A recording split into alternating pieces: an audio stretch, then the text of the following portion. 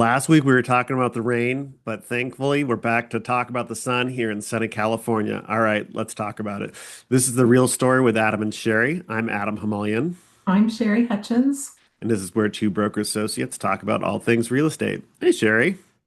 Hello, Adam. How are you? Good. As much as we complained about the rain last week, it was nice to have the sun come out back out this week. I know, and totally appropriate considering what we're talking about That's today. right. It was Yeah. over 80 degrees here yesterday.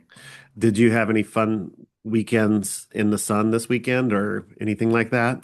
Not really, not Yeah. really. But I it's think it's the best time of year, in my opinion, in California it's or not where too in the hot. Bay Area. Yeah, just perfect. Just love it. This is why we pay so much for our home prices. Exactly. Um, Couple just follow-ups. Some of you listened to our podcast a couple of weeks ago about changes in money laundering security stuff, FinCEN, and I forget what that Mhm. was, Financial Crimes Investigative Network or something like that. Something like that.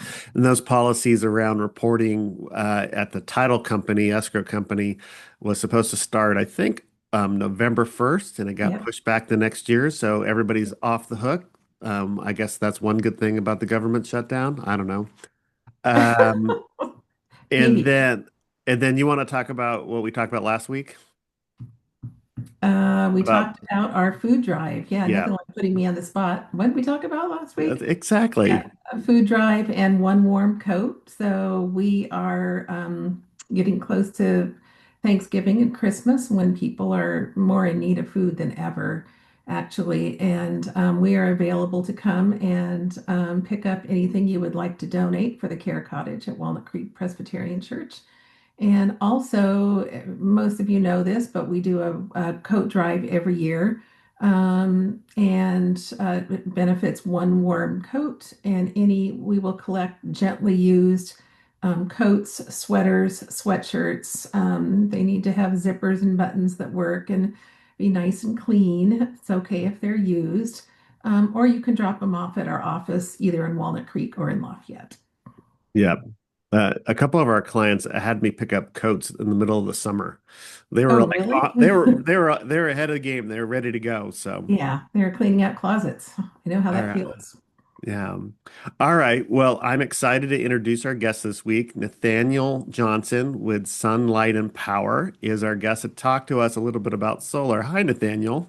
Hey, Hey Adam, hey Nathaniel. Sherry, how you guys doing? We're Good. How are doing you? good. Welcome. Uh, Thank so, you. so we all the time are seeing houses that are for sale with solar systems and talking with clients about wanting to put those on, and thought it'd be great if we had a conversation with an expert instead of just realtors to find out a little bit more about it. Nathaniel, thank you for being here. Maybe you could tell us first. A little bit about your company because I know you're really proud of it, and I was excited to reach out to you after I saw two of my neighbors using you. So tell us about Sunlight and Power. Well, first of all, I want to say I met Adam because we came and did a solar proposal at his house. So I appreciate the opportunity to be on. So Berkeley Sunlight Power, we are one of the oldest solar companies in the United States. So it was started in 1976 by engineering students at UC Berkeley. Oh, So this was before there was um, solar electric panels, basically. I mean, there were some solar panels being used on satellites and spaceships for NASA, who invented the solar panel. Wow. Okay. But it was really just solar thermal, so solar water heating is how they started. And there's some crazy stories where they were basically building their own solar panels when they first started the company with just, some college students with copper wires and stuff like that. So we go all the way back to the beginning. And so we've seen all of the changes that have happened in California. And so we're commercial and residential full service solar contractors.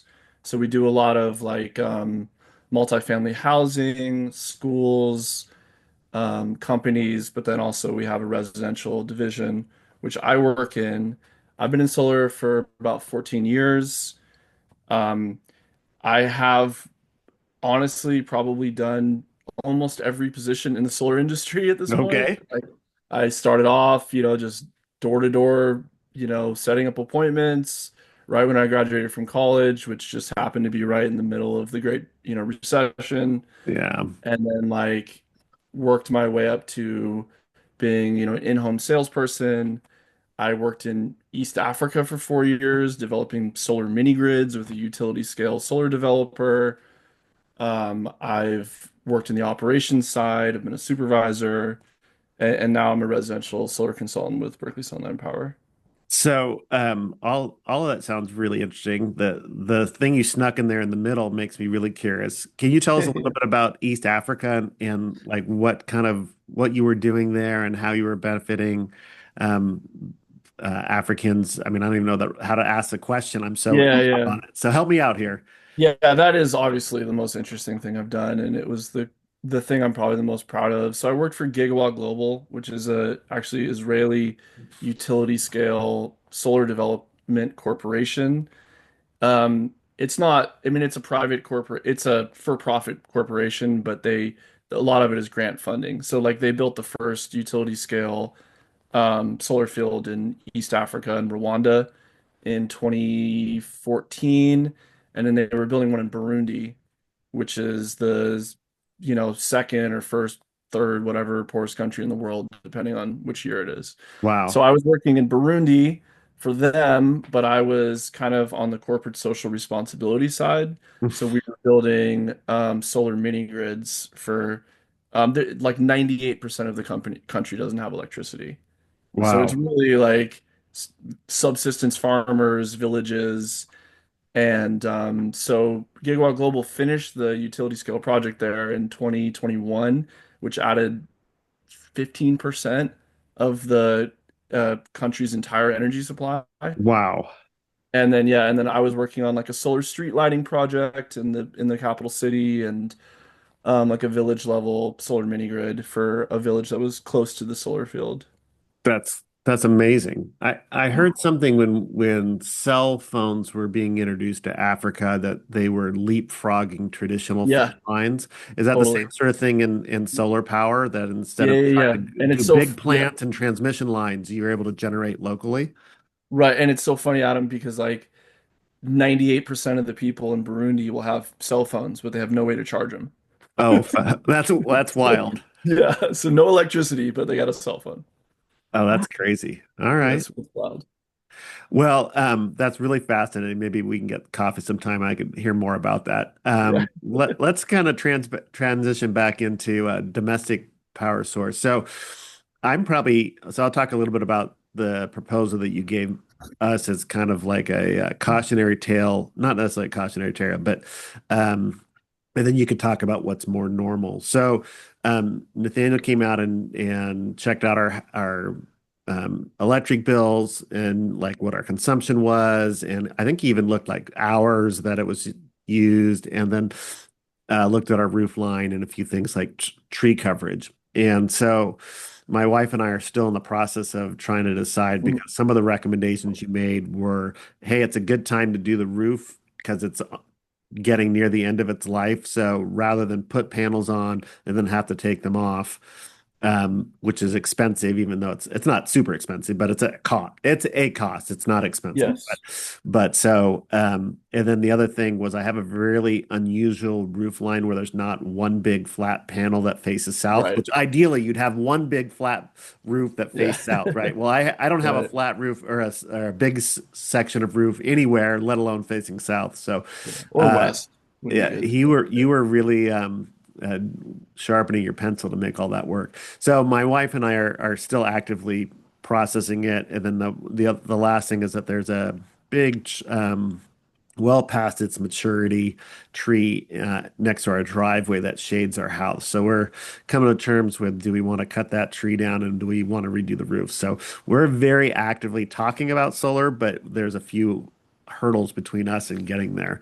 Yeah. But why don't you talk about if somebody's thinking about getting solar, what are the steps Yeah. that you all take with somebody? Yeah, yeah, okay. So this will help concretize it. So basically our normal process is somebody will reach out to us and they'll want to look at solar for their house. I will look at their last 12 months of electricity usage data.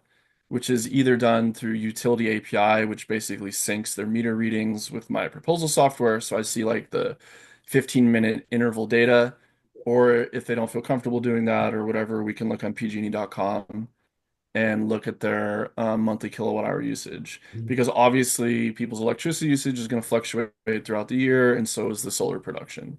So that'll be the first step, and then I'll have a conversation with them about, all right, what are your plans for the future? You know, the two main things that I see would be an electric vehicle or a heat pump, and then maybe like a hot tub or a pool, in terms of the appliances that can use the most amount of electricity. So if somebody's, I like always tell people you want to measure twice and cut once when it comes to solar, because I've basically never seen anybody do a separate solar project 2 or 3 years down the road for, 3 or 4 panels. Because Right. you're gonna have to go through the whole process again with permitting, installation, and blah blah blah. So it's much better to just plan for the future, because proportionally, like an additional panel or two is not that big of an upfront expense, as opposed to doing a whole separate project for Yeah, that. yeah, that makes sense. So And so then I'll do I'm a sorry, site go ahead. visit. Or no, I'm sorry, Adam, go for it. No, no, no, you keep going. I was just gonna say, so then I'll come do a site visit like I did at your house, take a look at their electrical, take a look at their property, and then sit down with them and go over some designs and some proposals. So, and I found that to be really super easy. I mean, the hooking, giving you access to my utility was super easy. I had one experience with doing solar, helping my parents buy solar in Oakland. I don't know, maybe 15 years ago, and they had a much more simple roof. Didn't face south, but it was, the array I think it's 14 panels, and it was all, they're all next to each other, racked. Um, but it was a little bit different than what you were showing me was available now. So I think that it was an older house in Oakland, gas heater, gas gravity heater, so not even a fan, very minimal electric. I think I'm not even sure it had more than 100 watt, 100 amp panel, to be Service. honest. It was Yeah. under, I mean, it probably needed to be upgraded. The panel Yeah. did for current modern usage, but no air conditioning. Uh, and and it was they had micro inverters at each panel. So maybe so as you could talk about those versus a kind of centralized inverter. I don't even know what I'm talking about here. You're gonna Yeah, have to no, no, you're rescue me. saying the right things. Yeah, Um, yeah.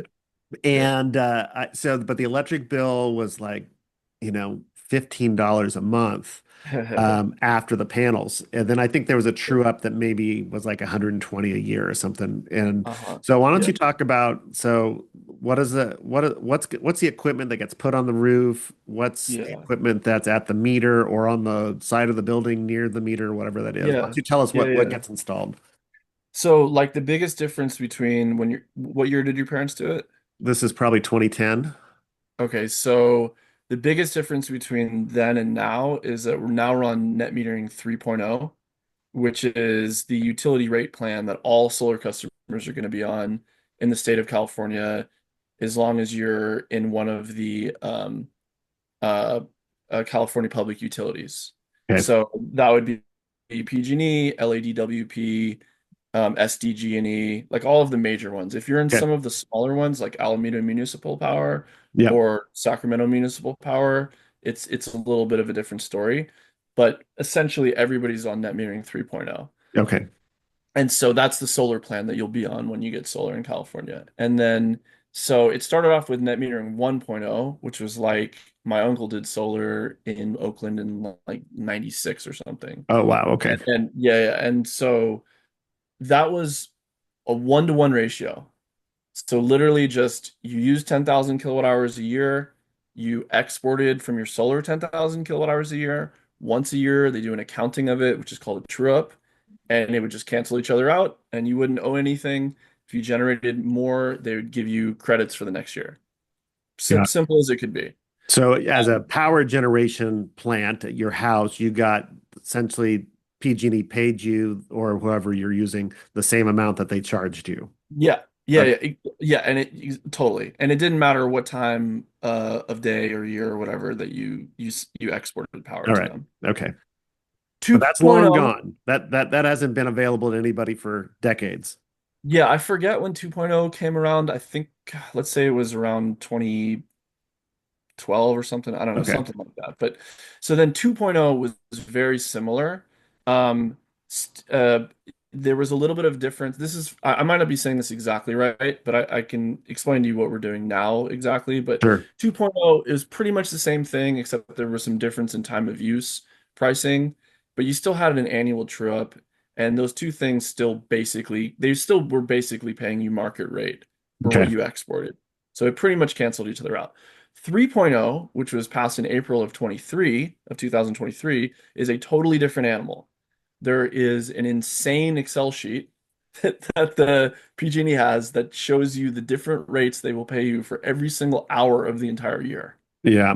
So, like there's 5,000 different rates or whatever there is on there.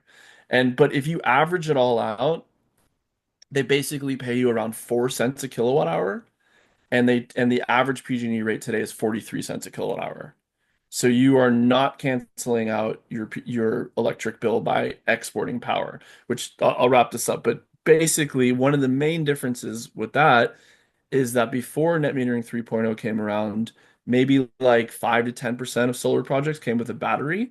And that was really not for a financial reason. That was just people that wanted energy resilience and backup power and wanted to be like more off-grid and self-sufficient. Now it is 100% of new solar systems come with a battery Yeah. because the whole way that we design systems now is to try to get you to use as much power in the house as possible and just avoid buying electricity from PG&E. Hmm. So one of the things about PG&E is that, those of us that remember the brownouts from 20 years ago, Yeah. they transitioned from being a power generating company to a power delivery company. So Yeah. like they don't, and so when individual houses started producing energy, they didn't want to pay full freight for that because that wasn't really their market share. And Yeah. as individual homeowners were producing more electricity, it was counterbalancing their net sheet so that Yeah. those who didn't have solar were having to pay more for their electricity because of all these other customers generating it. So those people that didn't get solar were being penalized because of that misbalance. And so some of that Can law I? has to do with PG&E obviously just trying to make money. Let's just they're a corporation, but Yeah. but I want also to. trying to balance that out. No, Adam. Yeah, and I want to. I want to speak to that if I may, because Sure. I don't really I'm not a very political person. I don't really follow this, Okay. but when PG&E put that rationale out there, that is like the one thing that really bothered me because I felt like it was very disingenuous. Yeah. And the reason being is that like especially I used to work for Sunrun, which is the biggest power purchase agreement, which is basically leasing solar company in the United States, which is in Yeah. like Home Depot and Costco. Especially, I worked for them in Sacramento, the Sacramento area. So I was all over like Highway 5, Willows, Willits, Chico, Oroville, like all those farming communities. Yeah. The majority of all the customers I ever helped get solar were low income customers, Oh, interesting. right? Because those are the people that care about their electric bills the most. Yeah. So like when they kind of presented solar as this thing that the poor were subsidizing the rich, and I just I just feel like if they wanted to be more honest about it, they would basically say like we're losing money, and so we want to stop compensating people so much for Yeah. solar. I Yeah. just want to say that Yeah, no, one thing, I mean they're in it to make money, right? I mean, I know that they're right? a utility and they're regulated, but yeah, we're all in business to make money. So let's not be Yeah, yeah, surprised. Let's not be surprised that somebody's motivated by that. So, yeah, yeah. all right. Well, All right. So actually, or nowadays, go ahead. Sorry. going back to where we were before Yeah, I opined beyond my knowledge, yeah, we were talking about systems and that the change in the now net metering three, meaning that yeah, selling electricity back to PG&E is no longer really part of the equation. right. You shouldn't anticipate that's what you're doing when you put a system in. Yes. So batteries. Can we go back to inverters and just kind of talk a little bit about that? So micro inverters is taking the energy generated by the solar panel and turning it into AC electricity. Is that what the inverter does, or Yeah. I'm sorry, I do want to say one last thing, which is yeah? there currently is a California Supreme Court appeals case being heard where they're reconsidering how much they're compensating customers. Oh, okay. Hmm. So for net metering 3.0, so it may actually the compensation may actually increase. Okay. But I just wanted to say that one thing Yeah. before we move on. Yeah. Yeah. But yeah, so in inverters, basically all electricity, as I'm sure people know, is produced in DC, direct current, doesn't matter where it comes from. And then we use AC in the house. So basically, the inverter is just converting the electricity so that it can be used in the home, or exported to the grid. And a microinverter is basically just a little inverter underneath each panel. And then a central inverter would be all of the panels sending the electricity together in a series, in a string, whatever, to one inverter, and the conversion's happening there. And so when we talk about inserting a battery into that process, it's charging the battery with DC, and then the inverter comes after that. It depends because some batteries are AC coupled, meaning they're receiving AC power, or batteries are DC coupled, Oh, meaning they're receiving. interesting. Yeah. So it So just you're depends. you were talking with me about Franklin, I think was the manufacturer of the. Yeah. So, and then Tesla, those are the ones that people probably know well. Do you know if those are Yeah. DC or AC products, or it's okay if you Well, don't? this is the way that so the Tesla Powerwall 3, which is that's the Powerwall that they install now, Yeah. is a combination solar inverter and battery. Oh, okay. So the electricity into the Powerwall is being accepted as DC, Yeah. and then it's being converted to AC within the Powerwall. I'm not really sure how the battery component of how the storage Yeah. component of Yeah. that receives it, but so that was kind of one of the main things I was explaining to you is that so if you do a Powerwall, it's a string inverter, so that means that if there's a little bit of shading on one panel, since all the panels are connected together like Christmas lights, Yeah. basically, then it'll bring down the production of the whole system because they're all on a string for that Interesting. particular array. Um, and so um, and so and then it's a combination solar inverter and battery. So for like if you have a nice, west or south facing roof with not a lot of shading and all the panels are facing, just like one or two directions, a Tesla Powerwall can be a very cost efficient way to do it because the entire system is just the solar panels and the Powerwall basically. Yeah. But then you can also do it as an independent system, right, where each panel is independent of each other, which would be a microinverter, or what we use is power optimizers, which is basically the same thing. Got it. But Okay. yeah, so those are the kind of the two roads that you could go. All right. Yeah. Um, okay. So panels, sun hits them, whatever they do, create DC, gets to a battery, either with the inverter before, like the Powerwall. And then, and then do you have to make changes to the electrical panel? Is there like a master breaker that's just for the electricity coming in? What is that? Do you have to put a new panel in? Like what are some things that people might need to anticipate to their existing house? Certainly it makes a difference if it was built in 1910, 1950, or Yeah. 2010. Yeah. So interestingly enough, with batteries on almost every system, 99% of the time you don't need to do a main panel upgrade. Oh, okay. Because there's actually built-in charge controllers in it within the battery system, so that we can limit the amount of electricity that's being backfed into the main panel. So when it was solar only, then main panel upgrades, like if I came to a house and saw 100 amp um, main panel, let's say I'm doing like I don't know, a 6 or 7 kilowatt system, which would probably um maybe like 15, 16 panels or Okay. something like that, right? So I would, if this was a few years ago, if I saw that, I'd be like, oh man, we got to do main panel upgrade here, Okay. which would happen, and but now unless you have some really really funky, knob and tube, or like something that's just really weird, you basically don't need to do main panel upgrades anymore because it's controlled through the battery system. Hmm. Oh, interesting. Okay. So the Yeah. battery acts kind of like a gatekeeper sort of. I'm Y- not sure what the word I'm using there, but Well, the actual term for it is gateway. So gateway. you're That's what I was Hmm. yeah, yeah, searching yeah, for. there All you right. go. Yeah, yeah. That's a battery gateway. So Yeah, yeah. yeah. Okay. So Yeah. the battery functions on how much electricity is being delivered to the house. Yes. Yeah. Yeah.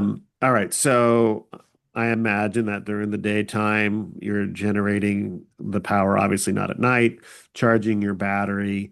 Yep. And then at night, it depletes the battery, but maybe also pulling electricity from the grid.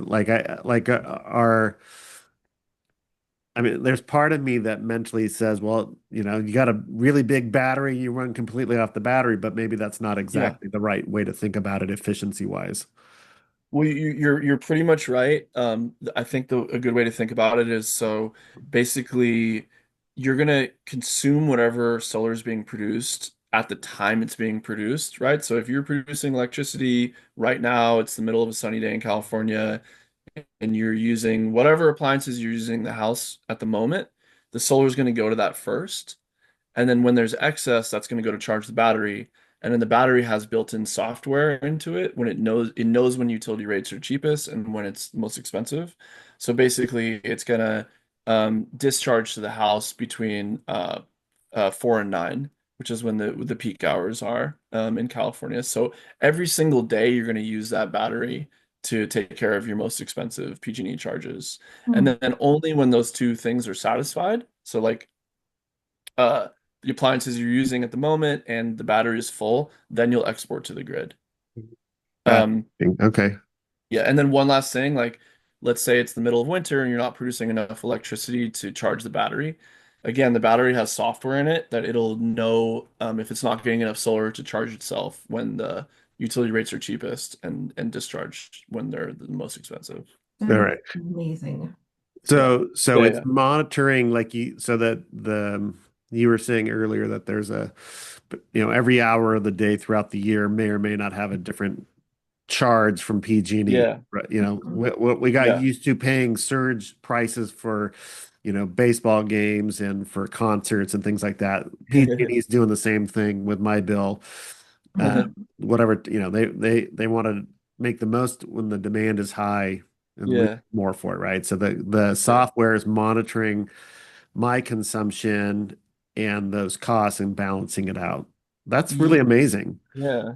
Yeah. Yeah. Yeah, and there's also a little bit of nuance to it, like just like what you were saying. So like there are a few hours of the year where you'll get paid like $3 a kilowatt hour for what you export, and the battery will know to export at that time. Oh, So fascinating. All yeah, right. yeah, yeah. Interesting. Um, okay, so we the process then is you come out, do a site, well, people inquire, you come out, do a site visit, you make a proposal based on collecting usage data, roof line, and all the other kind of parameters around that. Yeah. And what if when somebody says, "Hey, I'm ready to do this," what's the timeline depending on your construction schedule? What's the timeline from a client saying yes to being in full production? Yeah, so I would say Like, just what are as the a general, steps? I mean, I mean, yeah, you yeah, can yeah, tell for me with that sure. time frame, but what are the steps that happen after that? No, for sure. And I would just say as a general statement, like solar projects take a fair, very long time, just to be real about it, because there's a lot of entities that are involved, right? There's the building department at the authority having jurisdiction, which is either the city or the county, depending when you're where you are. Yeah, There's the utility. So like our process is basically I do a site visit, someone gives me a verbal agreement, we send them a scope of work, an agreement to sign. Then there's $1,000 down payment. We send out one of our electricians, there's a professional surveyor. He's the guy that's actually drawing up the engineering design. So he's going to come to the house, meet with you a second time, determine the final installation location of equipment, like where the battery's going to go, etc. Then he has to submit that to the building department, and then we concurrently have to submit a PG&E application to be interconnected, and then we go through these steps of getting these approvals, and then we get people on the install calendar. The installs should generally take 2, maybe 3 days. Um, and then we have to get the project inspected. And then once it's approved, then we send that to PG&E, and then they give us permission to turn on, and then we turn on the system. So there's like multiple steps that have to be followed in chronological order. And I know from, doing this for a long time, like it seems like to some customers, like, hey, like, you guys are just sitting on your hands. I haven't heard anything for 3 weeks. It's like, well, like neither have we, Yeah. like we've done it, we've done everything like we need to do. But I would say in general, a solar project should probably take like somewhere between 3 to 4 months is Okay. generally the That general. actually seems pretty reasonable, based on some other things we try and do. So we had an experience one time where PG&E, we were buying a house, or I don't know if we were selling it. Sherry, maybe you can remind me, where PG&E had turned the solar panels on, but there was a sketchy record on the city permit. And it seemed to me that PG&E would not have turned the power on if they didn't think that it was safe to use. Like, do you come across that ever being a case where somebody wasn't able to get a city permit finalized before PG&E connected it? Oh, my brother and my sister-in-law in Albany, we did solar for them, and then they from the time that we installed it, in between the time we turned it on, they decided they wanted to do a transformer upgrade for the whole neighborhood. So she didn't get her solar turned on for like 6 months. Oh, So so it that wasn't the transformer wasn't about their system, it was the neighborhood. Oh, that yeah.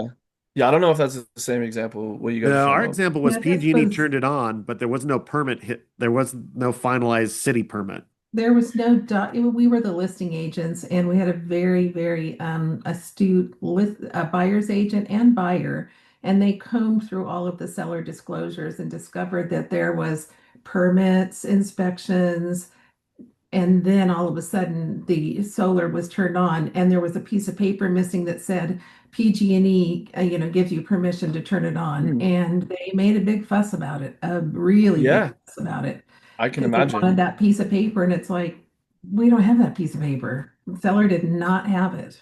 So did they sell the house in between the system was installed and they No, got PTO?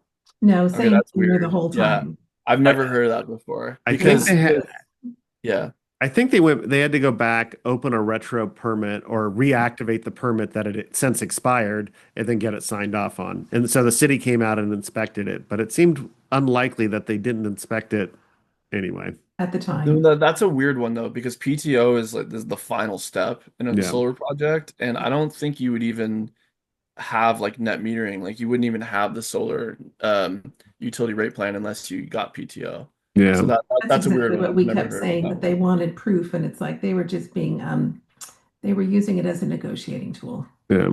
So one of Yeah, the other that's a weird one. challenges that we see a little bit more often is when it comes to financing. So Sherry and I obviously were involved in the sale of homes. So that Mhm. Sure.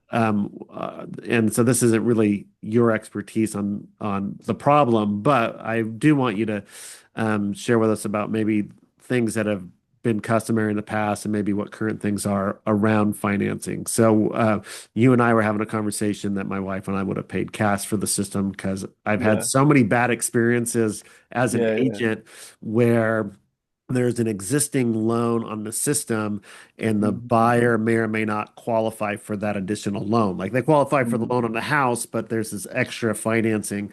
And so we often see sellers having to pay off the financing. So I'm just curious, Mhm. for your companies, SunPower and Yeah. Berkeley SunPower and Light, do you have financing available? Is it from an outside source? Is there, Yeah. there's some systems we see people installing where the a third party owns the panels and Yeah. they benefit from the electricity, but they're paying a fee. So can you talk a little bit about what you see out there and what does your company do? Yeah, totally, Adam. And I would actually love to pick your brain because yeah, it's because I don't like necessarily see it when people sell their homes and the struggles like new home owners go through when they're getting a system that's not like bought free and clear. So I mean, for the Happens a company that I lot. work for, honestly, 95% of people are cash. Um, but so like I like as I mentioned, I worked for Sunrun in 2018. So Sunrun, well, let me lay it out simply. Okay, there's basically three ways that people would get a solar system. They'd either do a power purchase agreement, which is, basically Sunrun is the biggest one. It used to be Solar City, before I don't know what happened with Yep. that, but Yeah. yeah. But anyways, so Sunrun is the biggest one. So basically, what you're doing is the solar system the solar company owns the system, and they're gonna say, okay, well, you're currently paying, 43 cents a kilowatt hour. You're basically gonna charge. We're gonna charge you 35 cents, and there's gonna be like a 3% a year escalator, and there's gonna be no money down for it. And you're gonna have a 25-year lease. So you just get electricity for cheaper, Yeah, and for there's stuff on your cheaper. roof.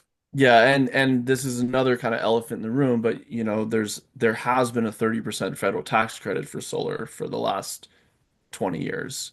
And so the leasing company would get that tax credit because they're bundling it as like a commercial Right. project, basically. So that's a lease. That's a power purchase agreement. And like I said, I did a bunch of power purchase agreements when I worked for Sunrun, mostly for lower income homes. And I would say that if you're somebody who, is really just trying to save a couple $100 a month and you think that you're going to be in your home for a long time, then that's a good option for you you know I do know for sure that a lot of people have had bad experiences when they're trying to buy a home and the person didn't want to take on the power purchase agreement. They're like, maybe it's a nicer house and they're like, I'm buying this house, like I don't want to have this solar lease, Yeah. and it's not, very easy or maybe cost effective to buy out the remainder of that lease. So that's kind of how I would caution people about that.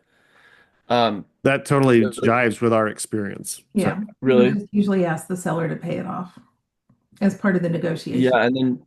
and then it's probably more expensive than a system of that age deserves to be because I Mhm. think the company's gonna like kind of maybe factor back in the tax credit or something like that. yeah. Yeah, I don't know, but yeah, so do you guys, I know you saw a lot in the Lafayette, Walnut Creek, Walnut Creek. Moraga area, Yes. right, Adam? Yes. So have you seen a lot of like Sunrun? I'm curious, a lot of Sunrun houses there? Yeah. We're not They're seeing. mostly going away in lieu of the kilowatt per hour Okay. plans instead. But it used to be very common 10 years ago. We would encounter leases all the time and have to Yeah. negotiate them out. And if the buyer agreed to take them, then they had to fill out a credit app, submit it. They always got approved. I think when we But that's gone away Yeah, I think for when the we most part. first started seeing resale of houses with solar systems that were leased, it created so many problems that it just became standard that when we went to go list a house with a solar, if it was leased, we would the one of the conversations we'd have is we should just consider paying this off. And if you don't have the cash to do it, we'll just build it in that we'll do it at the close of escrow. That Yeah, proceeds from the sale will go to pay that off. yeah. Because Yeah. what happens is that they would send out basically the application to take over the lease, and then they'd have to get underwritten. And so it was the second loan, even if they could afford it, it was like you're waiting for the solar company to approve the buyer, and it was just kind of Really? it was one extra voice. There's so many voices in the transaction. It was one Yeah. extra voice that we're like, we just don't want to deal with it. That's a nuance that I didn't really know Yeah. about. That's So we interesting. don't Yeah. see that. So usually what It's we see it's going now is away. if it's existing, it's being paid off because it's so much easier. Well, just one last point about the leases, which is really interesting, because the compensation for the exports has gone down so much. Yeah. Now, if I go to a house and they got a proposal for a lease, and then I'm giving them a proposal, the lease will have like panels like all over the roof. Yeah. A way, way bigger system than what I'm proposing because the leasing company needs to get paid uh, from Right. PG&E to to make money on their investment of Right. their system that they installed, right? And so because they're getting paid so little from PG&E, they have to like oversize the system to make this huge system. So they're sending so much electricity back to the grid. Yeah. Wow. Like, so, I could go to a system that's like they're proposing 30 panels and I'm proposing like eight. Yeah. So Yeah. Wow. yeah, so it's pretty interesting. But okay, so there's basically leases or power purchase agreements, what they're actually called. Then there's obviously cash, and then there's financing.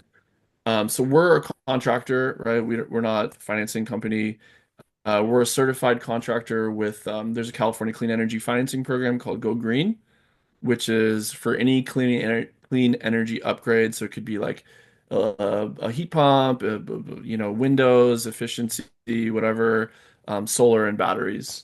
So what that is it's the state of California and participating credit unions. So depending on what your zip code is, there'll be a number of different credit unions.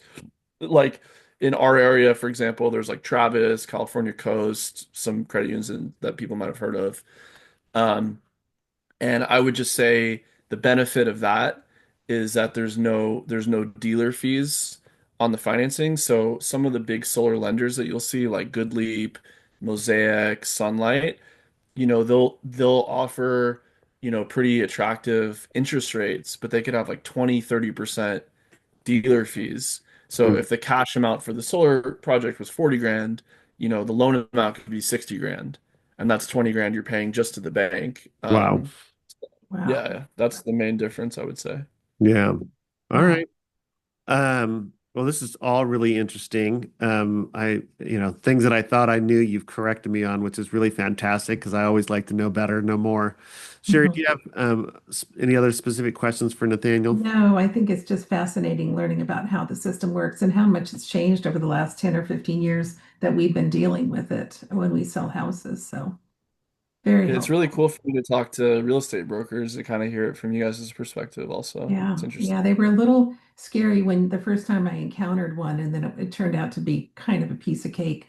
And it's gotten just easier and easier to deal with them when we see them come up on a preliminary title report. So, Well, I have a question for you guys because I get Sure. this question. I get this question a lot. Okay, I want to preface it by this way. Obviously, logically, a solar system should add value to the home, Yeah. right? Because if you're selling a house where 80% of the utility bills are cheaper than the neighbors, I mean that everybody has to pay for electricity. mhm, So those are real dollar savings that you get every single month if mhm. you're, not paying for 80% of your electricity from PG&E or whatever, right? Yeah. So, and then there's some Zillow studies I saw that said, on average 4% value increase or whatever. But how does it play out in real life? Like, how do you, if somebody, let me give you one example really quick. Let's say somebody bought a solar system from us, 5 years ago, and we're still around. We're going to be there to service the project. Everything's working fine. And then they go to sell their house. Like, what do you tell people in terms of like increasing the home value when they're selling their house? This is a Sherry, do you have thoughts before I chime in? I do have Okay, go thoughts. ahead. I had somebody ask this, and one of my social groups, someone said, if I put solar on my house, is it going to increase my value? And the way I answered that question was, it's a nice to have, but there's not a dollar amount attached to the home value when it's got solar, because we don't ever sit down with buyers and say, tell us about what you want in your dream home. Nobody ever says solar. Hmm. It's kind of like a swimming pool. You put that swimming pool in because you want to use it, because it's not going to be worth anything to somebody else later when you sell, unless they absolutely have to have a pool. Hmm. So, yeah, I don't know where Zillow came up with that 4%. I don't know that I would agree with that. I Hmm. think that, yes, I agree with everything that Sherry said. I think that it's kind of a temperamental thing where um, if somebody's looking at two different houses and one of them has solar, they're absolutely going to value the solar one over the other one. Yep. But will they spend more for it? It's hard Yeah. to know. In a seller's market, none of it matters because people are just they're throwing money at whatever house they could get. It could have, Hmm. a rat infestation and they wouldn't care. In a buyer's market, then it becomes more valuable. It becomes much more of the tipping point of all right, there's two houses for sale for maybe the same price, $1 million, and one has solar, one doesn't, they might lean towards the one that has the solar, all other things being the same. So it makes a house more sellable, but it's hard to evaluate it. The other thing that it shows up in kind of an episodic sort of way is, if when PG&E bills are, Hmm. the bane of your existence. So Hmm. uh Sherry just moved, and one of the things she doesn't miss about her old house was her huge electric bills. Like you were saying, it had a pool that didn't get used very much, And so a she's hot Hmm. paying tub. for this pump to run all day. Yeah. There's other things going on there. I won't talk about all of the old issues, but like, so Her giant for wine cellar. a buyer who is coming out of a place where I'm paying $1,000 a month in energy bills, I really like that solar. But if somebody's like, it's at $800 and it's been at $800 for the last 5 years and they don't think about it, they just pay it Yeah. automatically, then it's not a big deal. So it's very situational. It definitely enhances the purchase. People, especially if it's paid off, like it. But I don't think we're at a point where we could put a dollar sign next to it. It's Uh, the last thing I'll say is it's really interesting because you guys are basically telling me the same thing that anybody that I've ever talked to about real estate has said. But it's weird to me because, like, logically, like if say that, well, you would have had a $6,000 a year electric bill, but now you're going to have an $1,800 a year electric bill. Like, Yeah, that's like a real number that you can put on the value of something yeah, yep. more than, I redid my bathroom or whatever. So you yeah. would We, think that it would have like a more logical numerical value to it, you but think I, I, buyers I are haven't logical? seen that. You think Yeah, that buyers are yeah. logical? Well, it's money in your pocket, right? So They're, I don't know. they It's weird. Buyers buy houses for all sorts of wild reasons. I really like the color of that wall. Well, you know what? You could have painted every wall in any other house that color, right? It's not, Yeah. the cost of All painting a right. wall is nothing. And yet Yeah, that's yeah. the reason why some people will buy a house, right? So, Yeah, yeah. I believe you. yeah. I So, have a Yeah, that's great. question. It's so fascinating listening to you explain how it all works because I have to admit that I've been completely clueless about it. And it makes me wonder why everybody doesn't have solar. But why don't they make roofs that have the solar in the roof material So they instead did. of putting them on? They made the Tesla solar roofs, which was basically the tiles were made of solar panels. Oh, okay. So But they, one of the things that was the problematic with that is that there's electrical connections between each tile. oh, right. So, you Forgot about got that. hundreds of electrical connections, so the chances of the points of failure are so much Oh, more. yeah, that makes sense. All right. Um, Well, thought I had a good Plus, idea the there. price of a solar panel has dropped by like 65% or something in the last Mhm. 15 years. Mm, Like solar by itself is so much cheaper than it used to than be. it used to be, yeah. Ridiculously more. And a lot of that was like Chinese mass production. Mm. The batteries are the most expensive component of a system now, but solar panels by themselves are really, really cheap. Is the any, tax credit going away? Yes, at the end of this year, Trump Okay. Trump killed it in his big beautiful bill. yeah, yeah. Any problems with supply chain and tariffs and things like that, or do you guys have domestic sources? It's funny because there was like a roller coaster that we went on for tariffs this year where the tariffs increased and then they went back down and then they went back up and then they went back down. Oh, we know all about So, that. because it was like, oh, I'm gonna, impose it on China. No, I'm not. Yes, I am. No, I'm not. So, Yeah. Yeah. so there's a bunch of weirdness, but not really. Not at the moment. All right. All right, Nathaniel, thank you so much. Really appreciate all your insights. You make things so simple. Sometimes we talk with contractors. Obviously, you're not on the contractor side, but we talk to people and they use such egghead stuff that I feel less smart afterwards. And you really, I think Yeah. it's easy for us as real estate agents to understand it, and hopefully for our clients and podcast listeners. So, Thank you. This is a pleasure talking to you guys. And I'll say one salesy thing, which is if yeah, you want to look at solar for your home, please contact me. yeah, we That will. was going to We're a be my good company. question is who do they call? Yeah, so we will So that, put Berkeley yeah, Sunlight and Power's contact in our show notes, including Nathaniel's contact information. We'll put their website. As I was looking around to find some information, there's not been anybody who has been as clear and as helpful as Nathaniel. Yeah. Everybody else has been, here's my sales book, and he's like, no, I want you to understand what you're doing and why we're doing it. So really appreciate it. Top of the notch. Love thanks, that. Adam. Let me know when you cut your tree down. Right. I got to talk my wife into that. We're talking about it. So, all right. All right. All right, cool. Have a good day, guys. Yeah. Thank Bye, you. everybody. Yeah. Bye-bye. Okay. Dorothy was right. There's no place like home.